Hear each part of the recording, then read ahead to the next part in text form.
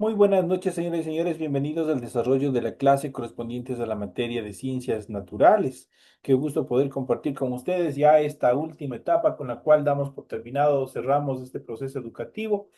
Estamos ya en la semana número 4 de la unidad número 5 y obviamente dentro de estas características, por el feriado que tenemos a nivel mundial, como es de la celebración de la Navidad, obviamente estamos desarrollando una clase asíncrona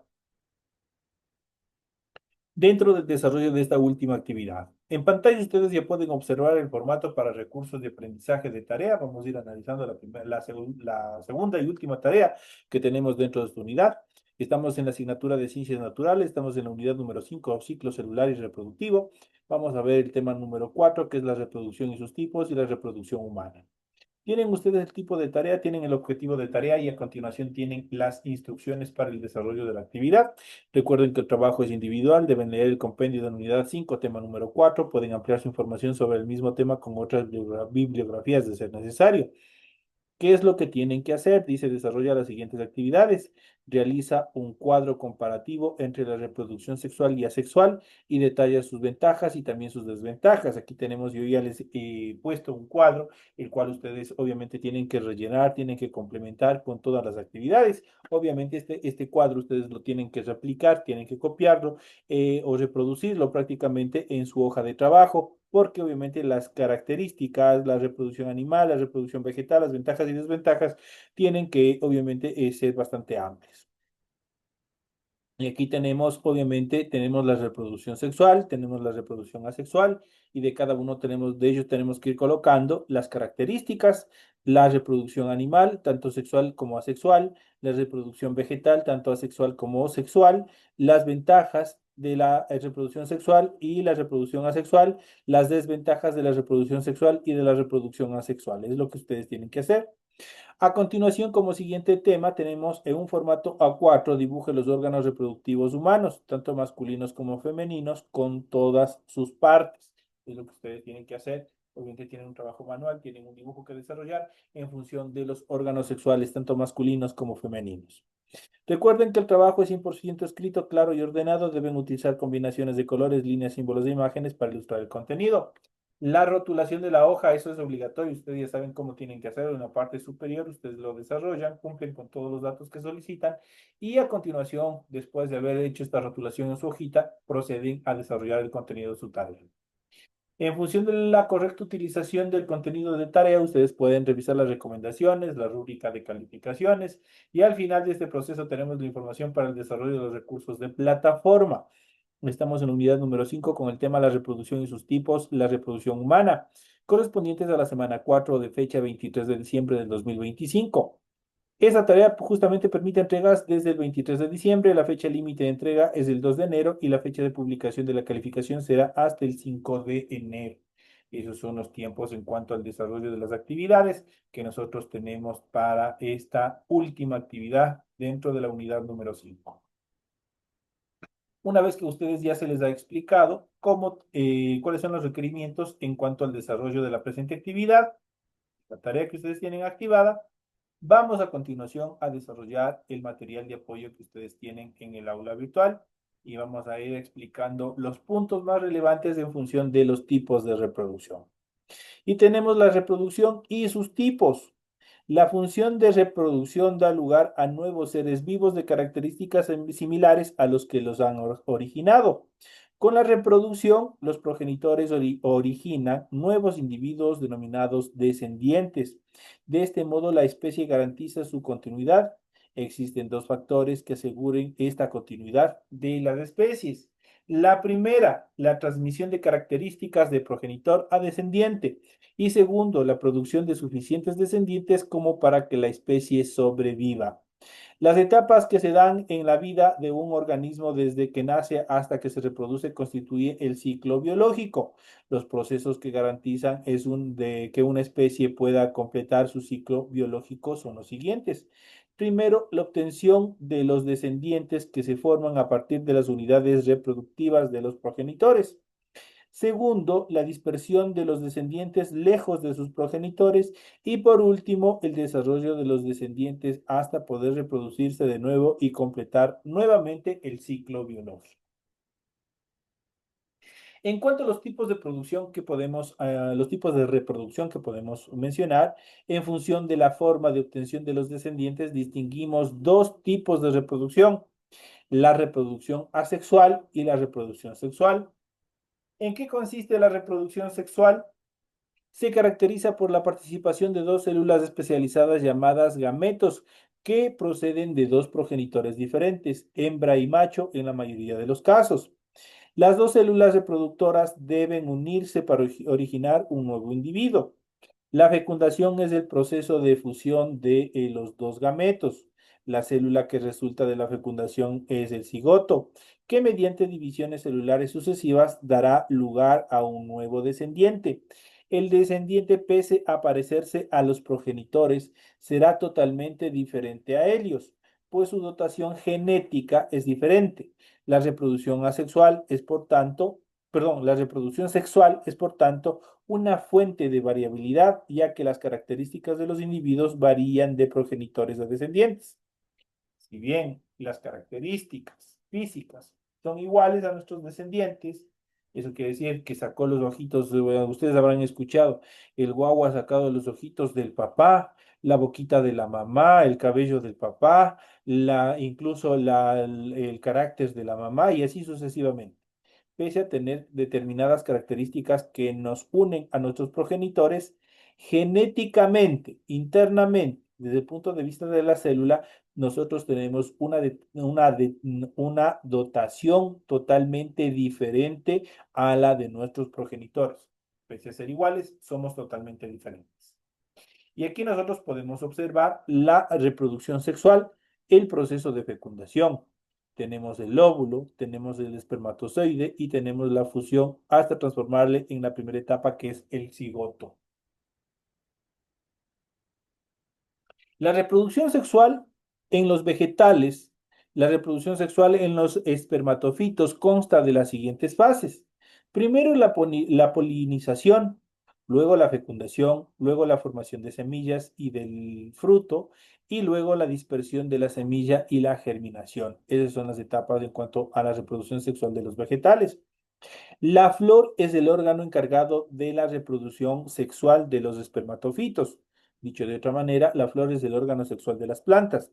Durante el periodo de reproducción, la antena de los estambres madura y libera los órganos de polen que se han formado en su interior. Al transporte del grano de polen desde la antena hasta el gineceo lo denominamos polinización. Cuando el grano de polen llega al pistilo o carpelo, se inicia la formación del tubo polínico. Se trata de una estructura en la que se encuentran los gametos masculinos y que crece en el interior del pistilo hasta que se pone en contacto con el gameto femenino que le llamamos ovocélula. Y vamos a ver en el siguiente gráfico, justamente aquí tenemos el órgano reproductor en función de las plantas. Tenemos obviamente la corola, es toda la parte donde se encuentran los pétalos de la flor en este caso. Y dentro de estas características, dentro de la corola tenemos la antena, tenemos el pétalo, tenemos el estigma, el estilo. Más abajo, hacia la parte de la campana de la flor, tenemos los sépalos, tenemos los filamentos, tenemos el pedúnculo, el estambre, el carpelo, el cádiz, el ovario y los óvulos. De esa manera está constituido la flor como órgano sexual de las plantas, obviamente que tienen reproducción sexual. La célula resultante de la unión de los gametos, esto es la fecundación, recibe el nombre de cigoto. El cigoto se dividirá sucesivamente en muchas células para formar un nuevo individuo, así como nosotros lo podemos observar en el siguiente gráfico, que tenemos la formación del tubo polínico. Ese es el proceso de la formación, obviamente, del proceso de reproducción que tiene la planta. Y tenemos aquí en el gráfico, podemos observar el ingreso del grano de polen, tenemos el tubo polínico, tenemos los gametos masculinos y al final tenemos el óvulo donde se dará la formación del nuevo producto en función de la reproducción de los vegetales. La semilla se han formado en el interior del ovario de la flor, que a su vez crece y se transforma hasta convertirse en el fruto, lo que es el pericarpio. En las plantas, si los descendientes permanecen cerca de los progenitores, competirán con ellos por el alimento, el entorno, el agua y otras características más, lo cual dificultaría su crecimiento. Por ese motivo, los descendientes se alejan de sus progenitores, es decir, se dispersan para poder subsistir. Y para que exista esta dispersión, obviamente tienen diferentes eh, vehículos en los cuales obviamente se desarrolla este proceso. Puede ser el viento, puede ser el agua, pueden ser insectos, pueden ser aves, quienes transporten estas semillas desde un lugar a otro. Y obviamente generan este proceso de dispersión. Una vez que las semillas se encuentran en el sustrato con las características necesarias de temperatura, humedad, luz y oxígeno, empezará el desarrollo de la nueva planta. A esto lo conocemos como germinación, la reproducción sexual de los animales. Cada individuo produce sus gametos. Al unirse los gametos femenino y masculino se forma el cigoto. En los animales, los gametos se empiezan a generar cuando el individuo llega a la edad adulta. Este momento se produce cuando los órganos específicos llamados gónodas o glándulas sexuales están plenamente desarrollados. Hay dos tipos de gónodas. Los testículos son las gónodas masculinas y producen los espermatozoides, y los ovarios son las gónodas femeninas y producen los óvulos. Entonces ya sabemos cómo se llaman técnicamente dentro del punto de vista de ciencias naturales. Se llaman gónodas, se llaman a los órganos sexuales, tanto masculino como femenino. El desarrollo de los animales empieza cuando el cigoto comienza a dividirse y da lugar al embrión. En los animales distinguimos tres tipos de desarrollo embrional, los cuales vamos a ver a continuación. Tenemos en primera instancia el oviparismo. El embrión queda englobado en el interior de un huevo que se libera al exterior del cuerpo del animal, oclosionará y generará un nuevo individuo. Son ovíparos los invertebrados y la mayoría de los vertebrados. En cuanto al viviparismo, el embrión se desarrolla dentro del sistema reproductor femenino. Allí se nutre de la sangre materna a través de la placenta y el cordón umbilical. Los mamíferos en general son un grupo de animales vivíparos, obviamente que están dentro de esta categoría. Y por último tenemos los ovovivíparos. Los embriones con este desarrollo se encuentran en el interior de un huevo, como en el primer caso, pero en este es retenido en el sistema reproductor femenino. El huevo eclosiona en el interior de la madre y el organismo saldrá luego hacia el exterior del cuerpo.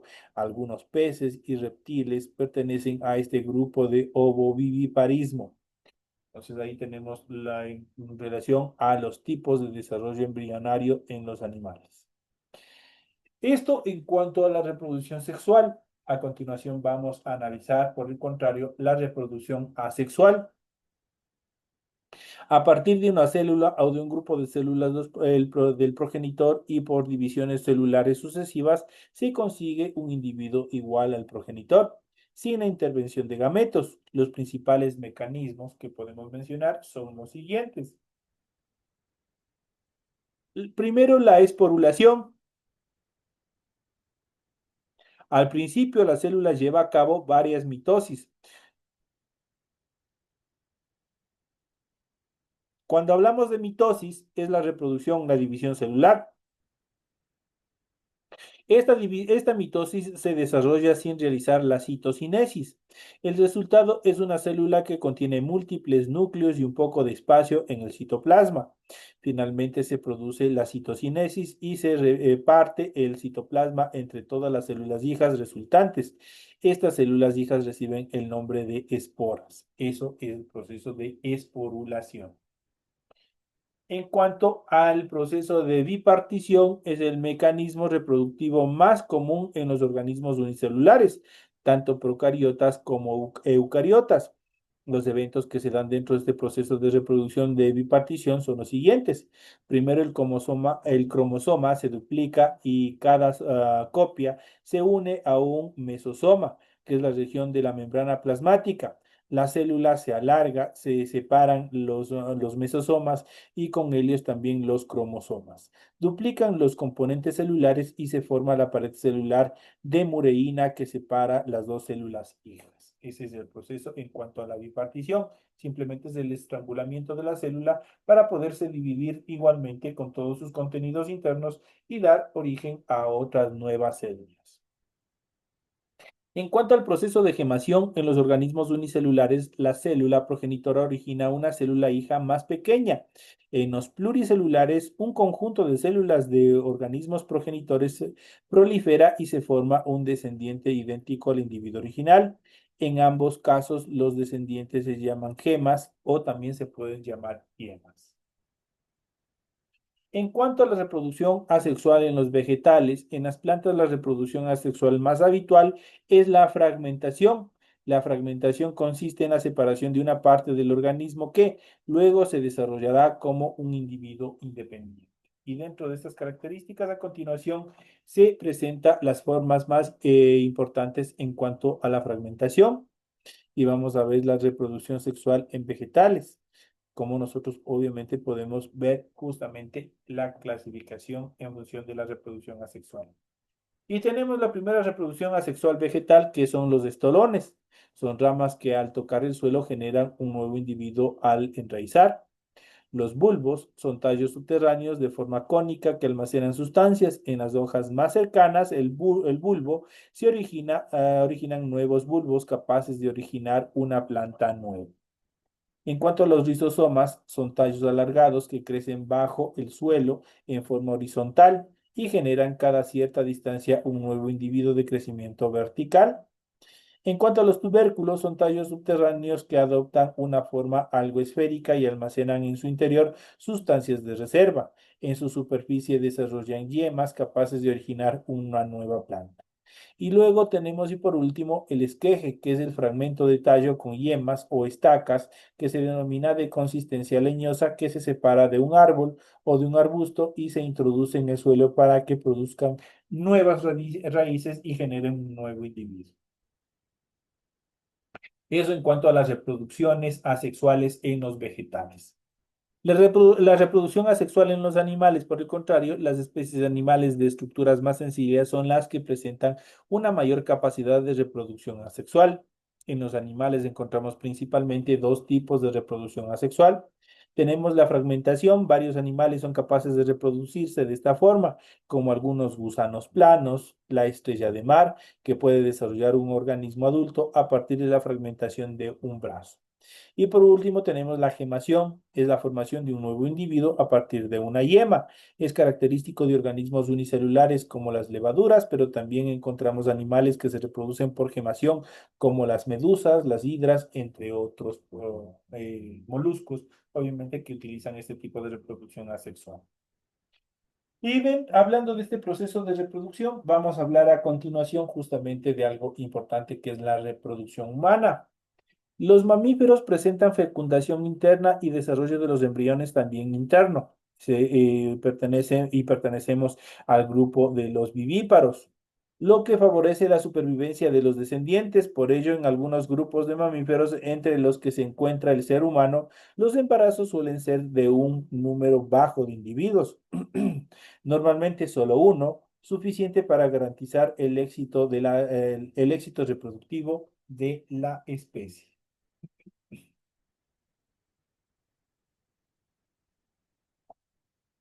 A pesar de esta semejanza, el ser humano presenta diferencias respecto a ellos, relacionadas con un aspecto propio de nuestra especie, que es la sexualidad.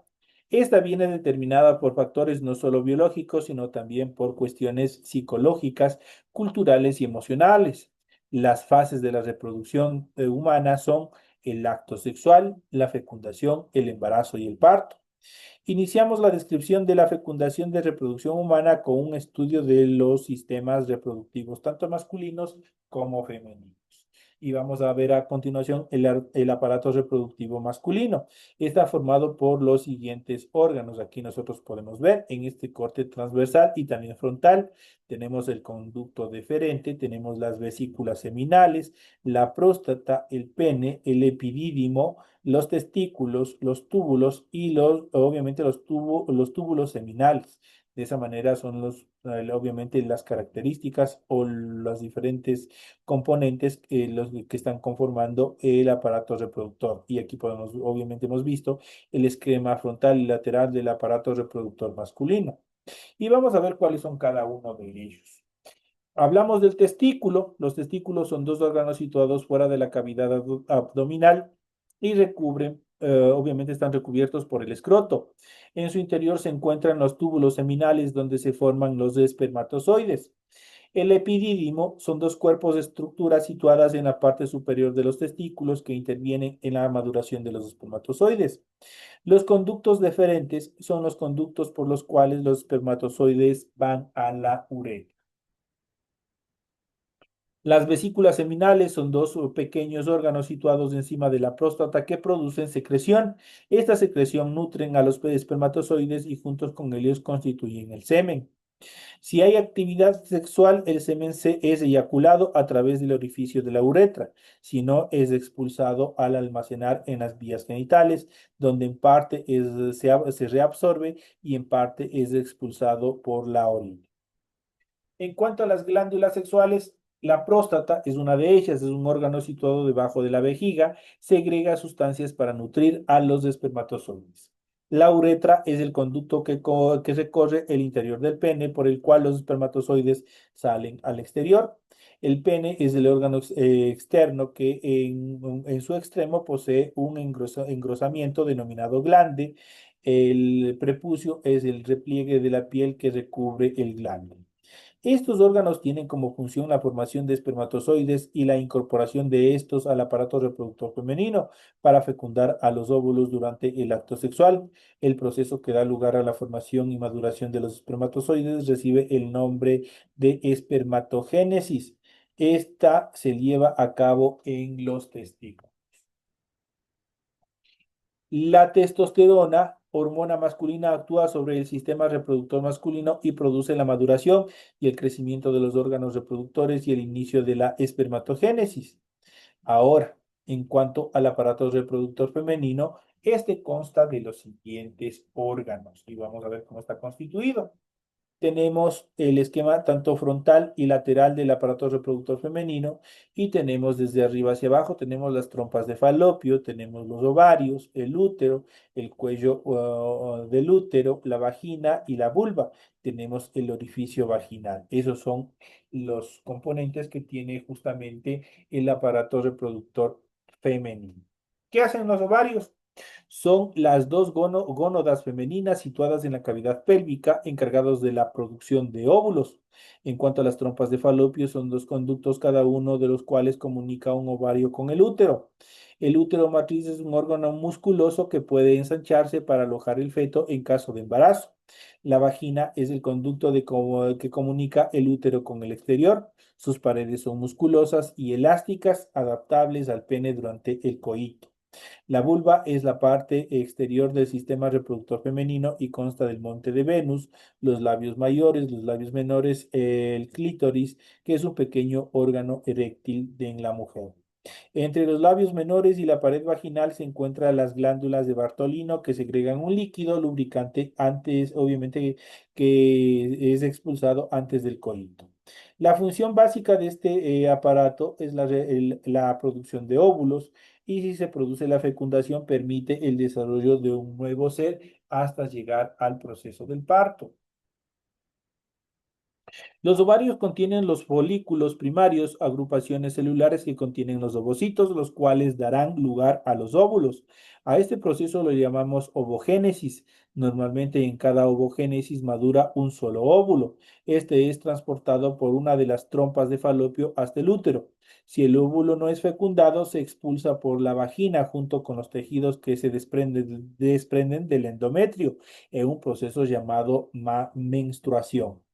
de la unión del óvulo y del espermatozoide, que son células haploides, eso quiere decir que contienen 23 cromosomas, se forma la célula huevo o cigoto, que es diploide, que contiene 46 cromosomas. La unión de estas dos células es posible si durante el periodo fértil de la mujer se realiza el coito. A partir de este momento se inicia el proceso del embarazo.